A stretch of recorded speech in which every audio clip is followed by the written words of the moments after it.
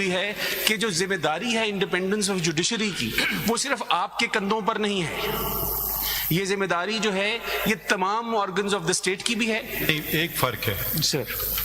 ہمارا فرض ہے. جی جی جی. ہمارے کندھوں کی بات نہ کریں. جی جی. ہمارا فرض. آپ کا فرض ہے. آپ کا فرض نہیں ہے. اچھا میں آپ کی اجازت سے تھوڑا سا اختلاف اگر کروں, میرا بھی فرض ہے. وہ پھر ٹھیک ہے مگر آئینی فرض نہیں ہے. جی جی. ہم آپ کو ویلکم کہتے ہیں. وہ آپ اپنے اوپر لے لیں. میں گزارش کیوں میں کہہ رہا ہوں کہ میرا بھی فرض ہے, بار کاؤنسل کا بھی فرض ہے, سول سوسائٹی کا بھی فرض ہے. آپ نے جو اوتھ تو نہیں لیا نا جج بننے کے وقت, میں نے لیا ہے. جی بالکل. تو یہ میرا فرض, اس میں میری دو رائے نہیں کہ میں آج انڈیپینڈنٹ بیٹھنا چاہتا ہوں یا نہ بیٹھنا چاہوں. صحیح. آج پریشر میں آنا چاہتا ہوں یا نہ آنا چاہوں. ٹھیک ہے. آپ یقیناً آپ بھی مجھے پریشر ڈالیں گے اپنے دلائل سے. انٹلیکچوئل پریشر ہو گیا, ہو سکتا ہے آپ ڈانٹ ڈبٹ کے مجھے پریشر ڈالیں. بہت سارے پریشر ہو سکتے ہیں, مگر یہ فرض ہے میرا, اس میں دو رائے نہیں ہے. بالکل.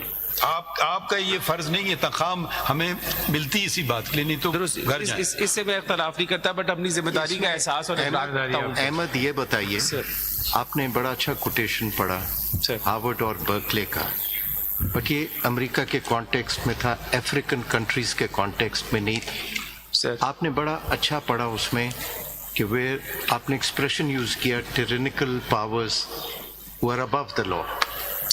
A judge in a society where they're, say, assuming there are tyrannical powers who are above the law, how a judge or judiciary is to maintain independence. Sir, میں اس پہ آ رہا ہوں, بٹ میں اس میں ایک وضاحت آپ کی اجازت سے یہ کرنا چاہتا ہوں کہ یہ تاثر جو دیا جا رہا ہے میڈیا میں بھی اور عام بھی, پاکستان کوئی واحد ملک نہیں ہے جہاں پہ ٹیریکل ایکسرسائز پاور پہلی دفعہ ہوئی ہے یا پچھلے 76 سال سے. ہم دیکھیں, ہم اپنے ہیروز کو کیوں نہیں سراہ رہے ہیں. ذرا سنیے ہمارے ہیروز کون تھے. جابر آئے, انہوں نے کہا آپ میرے تابع ہوں گے, آئین کے نہیں. آپ کانسٹیٹیوشن پی سی او پہ اوتھ لیں گے. انہوں نے کہا شکریہ, خدا حافظ, میں جا رہا ہوں. یہ ہمارے ہیروز ہیں. یہ نہ کہیں کہ سب برابر ہیں, بالکل نہیں ہیں. آپ کہیں کہ جی آپ میں بھی اچھے نکلے ہیں اور آپ میں بھی برے نکلے ہیں, جہاں کہ ہر معاشرے میں اور ہر سوسائٹی میں اور ہر ادارے میں ہوتا ہے. آپ کے ادارے میں بھی یہی بات ہوگی, آپ برا نہ مانیں, مگر یہ کہنا کہ جی ان کو آپ کنڈیم کر دیں, ان کی سیکریفائس کسی مقصد کی نہیں تھی. انہوں نے بھی تو کوئی پریشر نہیں لیا نا. انہوں نے کہا اچھا جی ٹھیک ہے, میں آپ کیا کر رہے ہیں, کوئی پہاڑ سے سر تو نہیں مار سکتا ہے, مگر انہوں نے اخلاقی طور پہ دکھا دیا بالکل کہ آپ کر لو. اور پھر وہ جو دوسرے لوگوں نے فیصلے لکھے ان کی آپ وقت دیکھ لیجئے.